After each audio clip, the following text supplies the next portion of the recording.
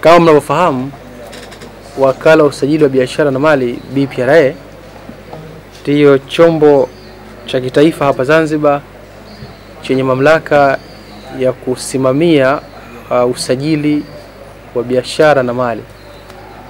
Na kwa upande wa biashara tunasajili makampuni binafsi pamoja na kusajili majina ya biashara. Kwa upande wa makampuni, pale kampuni inaposajiliwa inapata uhai na kuanza kufanya shughuli zake za kibiashara, na inapaswa kutoka siku ambayo imesajiliwa kuwa na mawasiliano moja kwa moja na taasisi yetu ya BPRA kupitia mrajisi wa makampuni, akiwa ndio msimamizi, mlezi na muangalizi wa shughuli zote za makampuni ambayo zinafanyika hapa Zanzibar. Kwa nyakati tofauti, kama ambavyo mnakumbuka, tuliwahi kuwapa taarifa juu ya nyenendo za kampuni ya IRA Debt Recovery Company Limited ambayo tulisajili rasmi mwaka 2017 na ikafanya re-registration baada ya kuja kwa mfumo mwaka 2019. Kampuni hii ilisajiliwa kwa mazumuni au dhamira ya kufanya shughuli mbalimbali kwa mujibu wa Memorandum of Association yao, ikiwemo shughuli ya udaiaji wa madeni, shughuli ya kusimamia masuala ya bima, shughuli ya kuwa auctioneers, wanadaji minada, shughuli ya kuwa court broker, wakilishwa mahakama katika kudai madeni na nyinginezo.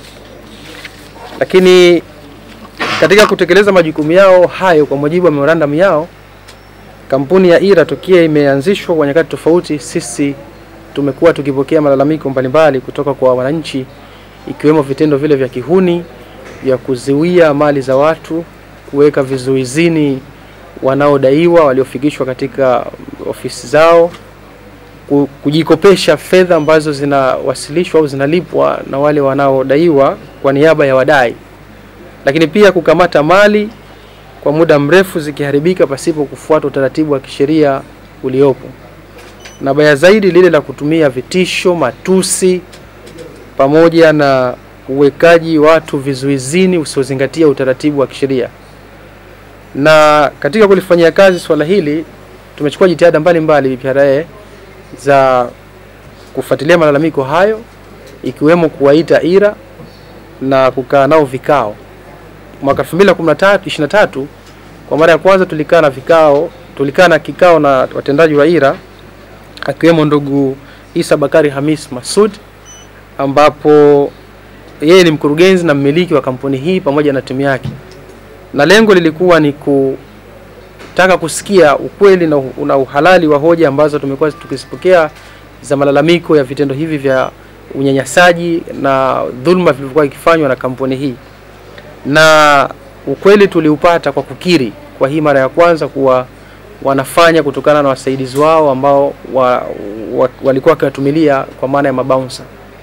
Lakini maonyo yalitolewa kuwasisitiza kuwa wafate utaratibu wa kisheria kwa mujibu wa nyaraka zao za usajili kwetu.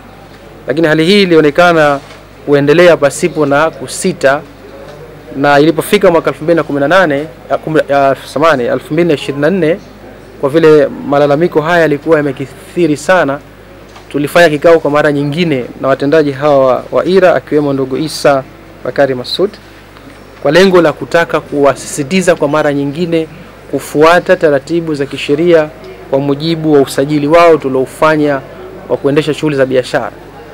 Lakini katika kufanyia kazi zaidi swala hili, pia tulifika katika ofisi zao kujionea uhalisia wa mazingira ya biashara waliosajili kwetu, na kukaa nao kwa mara nyingine ndani ya ofisi yao kuwa waache vitendo hivi ambavyo havikubaliki.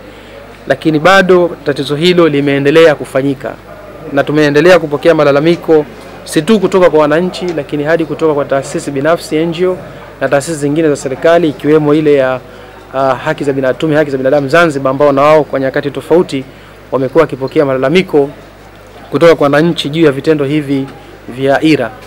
Kama mtakumbuka vizuri, tulifanya mkutano wa waandishi wa habari hivi karibuni tuliotahadharisha wanajamii au wananchi kwa ujumla kuwa makini na namna ya kudili na kampuni hii ya IRA.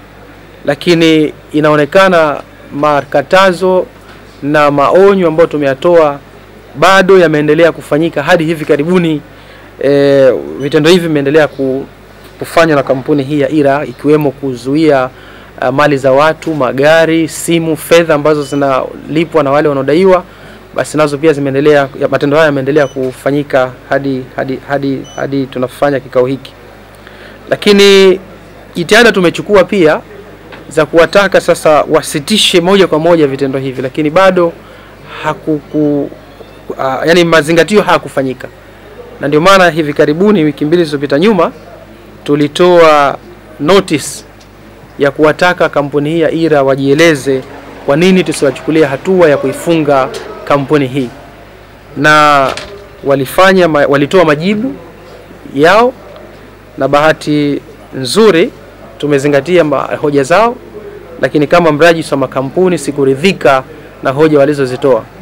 Kwa hiyo kwa kikao hiki naomba kutoa taarifa kwa umma, nikiwaomba na nyinyi waandishi wa habari mwafikishe maelezo haya au taarifa hii kwa jamii kwa ujumla, kuwa kwa mamlaka nilionayo chini ya kifungu cha 8 kifungu kidogo cha kwanza paragraph F ya sheria ya BPRA ya mwaka 2013 nimeifuta kampuni hii ya IRA kuanzia leo. Na kwa msingi huo imeondoka katika register la makampuni ya Zanzibar. Ni kampuni ambayo haipo tena na haitapaswa kufanya shughuli zozote za kibiashara walizosajili kwetu kuanzia leo. Kufuatia kufutwa kwa kampuni hii, nitoe taarifa kwa umma kwamba kufutwa kwa kampuni sio mwisho wa zile dhima ambazo kampuni hii iko nazo. Kwa maana kama ilikuwa ina mali za watu ilizozishikia, kama ilikuwa kuna fedha zilizolipwa na wanaodaiwa kwenda kwa wadai, basi yeyote ambaye alishughulika na IRA katika miamala hiyo wanayo haki ya kisheria kuwachukulia hatua sasa IRA, kampuni ya IRA, wale wakurugenzi wake, wamiliki wao na maafisa wengine wote wa kampuni. Na kwa mujibu wa records nilizo nazo katika rejista letu, kampuni ya IRA ina wamiliki wawili, kwa maana ya Isa Bakari Masud pamoja na Rukia Haji Hamis, ambao hawa ni wamiliki na wakati huo ni wakurugenzi. Lakini pia ina afisa mmoja ambaye ni Saif Abdullah Hafiz, akiwa ni company secretary. Sasa kwa mujibu wa sheria, uchukuliwaji hatua zidi ya zile liabilities, dhima ambazo ziko nazo, basi sasa zitapaswa zichukuliwe zidi ya maafisa hawa au watendaji hawa kampuni niliyotaja, ndugu IRA Bakari, ndugu Isa Bakari samani, ndugu Rukia Haji Hamis pamoja na ndugu Saif Abdullah Hafidh, kuchukuliwa hatua zidi yao za kisheria. Na nitoe wito kwa jamii sasa, kutoka tarehe ya leo, tarehe 8 ya mwezi wa 5 mwaka 2025, kujishughulisha na kampuni hii ya IRA kwa namna yoyote. Wale ambao wana madeni, basi utaratibu wa kisheria ya nchi yetu, utaratibu wa kisheria za nchi yetu ni kuchukua hatua ya kwenda mahakamani, na wasiende IRA kupeleka malalamiko haya. Natoa wito kwa wale wote ambao wataitwa IRA wasiitike wito huo, na wale wote ambao IRA watataka kukamata mali zao, basi natoa wito wasikubali kukamatwa mali zao, kwa sababu kampuni hii haipo rasmi tena kutokea leo. Na wale wote ambao walikuwa wana mali zao kwa kampuni ya IRA, kama nilivyosema, nasisitiza wachukue hatua zidi ya Isa Bakari Masud, Rukia Haji Hamis na Saif Abdullah Hafiz, ili kupata haki zao ambazo ziko pending au zipo katika utaratibu wa kushughulikiwa na kampuni hiyo.